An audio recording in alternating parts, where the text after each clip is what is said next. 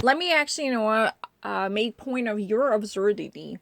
I can never actually feel very restful when it comes to accepting your ridiculous arguments.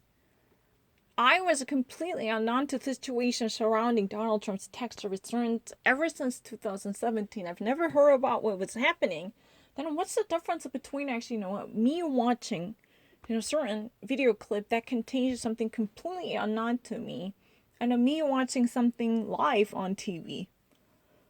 I mean, I don't really understand. I would never actually come to terms with this type of logical fallacy. The situation was, absolutely foreign and equally exotic since I was never been acquainted with the situation. If you ever actually provide any type of rebuttal or refutal, I'm more than happy to accept it. But let me actually tackle the logical fallacy of your argument. Why would you actually say that this is not like any type of news that is live on TV? I've never even heard about it. I've never even heard of it. The situation remains completely unknown to me, just like the parts unknown. I mean, I'm not lying. Since when? I mean, you can actually follow and analyze every footsteps left behind me.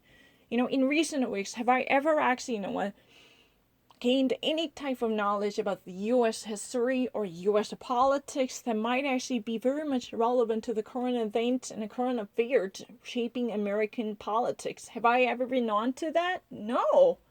This type of an argument is very, very disappointing because that reveals a certain type of intransparency that affects really the situation, relying upon the partiality. Yeah, this type of a culture of distrust and partiality normally shapes my performance badly. I know that. That's the real reason I would never actually go ahead and accept this kind of verdict given by you. The chronism should actually be abandoned immediately. I will never actually remain silent. I will always break my silence to go ahead and knock down this type of culture of a dishonest. Yeah, because I can actually refute your argument by providing a sufficient counter arguments as well as rebuttals and refutals that would actually never sit well with the justice.